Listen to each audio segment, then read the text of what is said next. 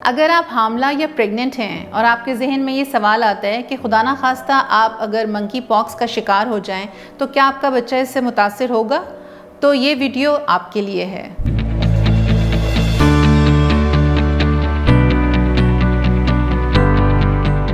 अस्सलाम वालेकुम, मेरा नाम डॉक्टर शाइस्ता शौकत है। मैं कंसल्टेंट ऑब्स्टेट्रिशियन और गायनेकोलॉजिस्ट हूँ और अरसे 21 साल से गायनी के शोबे से वाबस्ता हूँ। आज मरहम के प्लेटफॉर्म पे जिस मौजू पे मैं बात करना चाहती हूँ वो है मंकी पॉक्स। मंकी पॉक्स का पिछले कुछ हफ्तों से बहुत ज़्यादा ज़िक्र हो रहा है।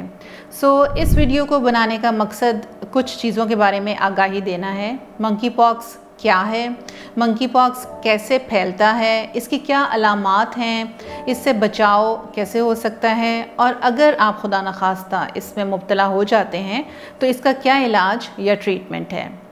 अगर हम मंकी पॉक्स के बारे में कुछ थोड़ा सा सर्च करें तो हमें पता चलेगा कि 19 मई 2022 यानी तकरीबन 5 दिन पहले वर्ल्ड हेल्थ ऑर्गेनाइजेशन WHO ने भी अपनी रीसेंट स्टडीज़ और गाइडलाइंस मंकी पॉक्स के बारे में पब्लिश की हैं।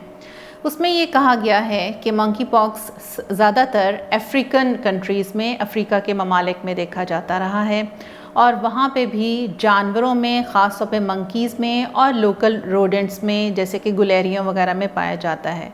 सबसे पहले अफ्रीका में 1958 में डिस्कवर हुआ था और जानवरों में स्पेशली बंदरों में, इसीलिए उस लिहाज से इसका नाम मंकी पॉक्स है।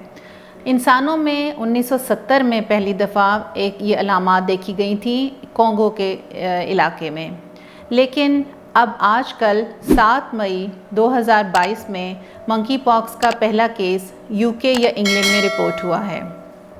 आजकल ना सिर्फ मंकी पॉक्स अफ्रीकन एरियाज़ में बल्कि नॉन एंडेमिक एरियाज़ जिनको के यूके या इंग्लैंड, कनाडा, USA और स्पेन में देखा जाता है। आज तक की जो इतलात हैं उसके मुताबिक 98 ऐसे अफराद हैं जो कि इसके मर्ज़ में मुब्तला हैं और 28 में ये सस्पेक्टेड है।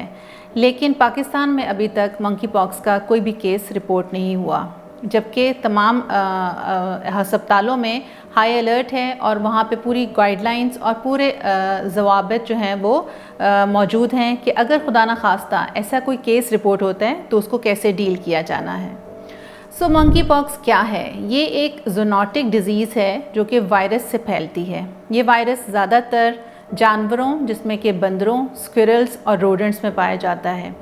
ऐसा जानवर जो इस मर्ज़ में मुब्तला हो और वो इंसानों के साथ कांटेक्ट में आए या उसकी आलाइशें या उसकी ऐसी रतूबात जो कि इन्फेक्टेड हों, अगर इंसानों के साथ कांटेक्ट में आए तो इंसान के मुतासर होने के इम्कानात बढ़ जाते हैं।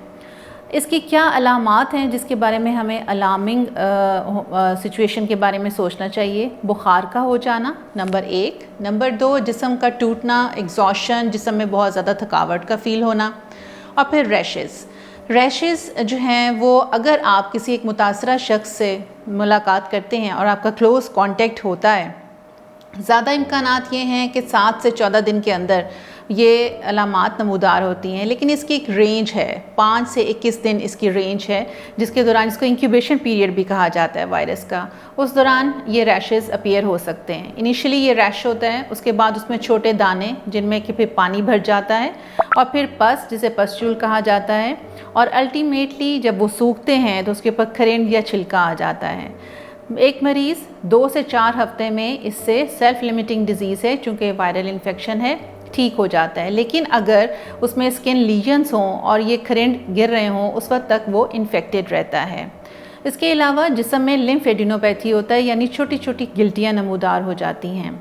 अब अगर कोई ऐसा मरीज़ हम देखते हैं तो हमें क्या करना चाहिए? सबसे पहले उनको तसल्ली देनी चाहिए, काउंसलिंग बहुत इम्पॉर्टेंट है। उसके अलावा एक ऐसे कमरे में, रोशन और हवादार कमरे में उनको आइसोलेट करना चाहिए।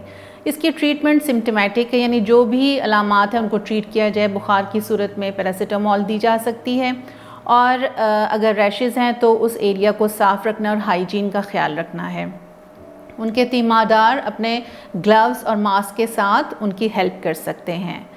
फिर हमारे पास जो बहुत कॉमन सवाल पूछा जाता है कि अगर खुदा न खास्ता आप प्रेग्नेंट हैं, हामला ख़वातीन में अगर मंकी पॉक्स अपीयर होता है तो क्या वो बच्चे में मुंतकिल होता है? इसका जवाब है जी हाँ। प्लेसेंटा यॉल के थ्रू मंकी पॉक्स का वायरस फीटस में जा सकता है और ये फीटस जो है या तो कंजेनिटल मंकी पॉक्स का शिकार हो जाता है, उसमें कॉम्प्लिकेशंस आ जाती हैं प्रेगनेंसी में, या खुदा न खास्ता माँ के पेट में ही बच्चे की मौत वाक़ई हो जाती है। अगर ये बच्चा उस वक्त डिलीवर हुआ जब माँ में एक्टिव स्किन की लीजन्स थी, यानी उनको दाने निकले हुए थे, पस्ट्यूल्स थे या खरिन गिर रहे थे, तो उस वक्त भी ज़्यादा इम्कानात हैं कि ये न्यू बॉर्न इसका शिकार हो जाए। अब इसकी बचाव की तरफ अगर हम आएँ, prevention is better than cure. So हमें मास्क का इस्तेमाल करना चाहिए, अपनी इम्यूनिटी को इम्प्रूव करना चाहिए, यानी अपनी डाइट के साथ अपना लाइफस्टाइल हेल्दी रखना चाहिए, और इसके साथ साथ आप अपने हाथों को बार बार धोएं, एक मुनासिब समाजी फासला रखें। एक और सवाल जो सबके जहनों में आता है कि वैक्सीन, जब तक ये मंकी पॉक्स का वायरस स्मॉल पॉक्स, चेचक या लाकड़ा काकड़ा चिकन पॉक्स से बहुत ज़्यादा मिलता जुलता है। 1980 तक स्मॉल पॉक्स की वैक्सीन वर्ल्ड वाइड लगाई जाती थी, लेकिन 1980 में स्मॉल पॉक्स जो है वो इरेडिकेट हो गया, उसके बाद उसकी वैक्सीन नहीं लगती। जब तक 1980 से पहले लगती रहती थी, 85% ऑफ मंकी पॉक्स उसी में कवर हो जाता था। अलबत्ता रीसेंट स्टडीज़ ये हैं कि 2019 में मंकी पॉक्स की वैक्सीन के ऊपर काम हो रहा था, लेकिन चूँकि 2020 में कोविड ने वर्ल्ड वाइड सबको हिट किया तो ये काम रुक गया। बहरहाल ये वैक्सीन जो है हो सकता है अप्रूवल के मराहल में जल्द ही आ जाए। इन सारी बातों को मद्देनज़र रखते हुए हमें ये सोचना है कि हम एक दूसरे को कैसे हेल्प कर सकते हैं और एक दूसरे को कैसे सपोर्ट कर सकते हैं। अगर आप इसके बारे में कोई भी सवाल करना चाहते हो या आपके जहन में कोई भी क्वेरी हो, तो आप इस प्लेटफॉर्म के थ्रू मेरे से ऑनलाइन या फिज़िकली बात कर सकते हैं। Thank you very much.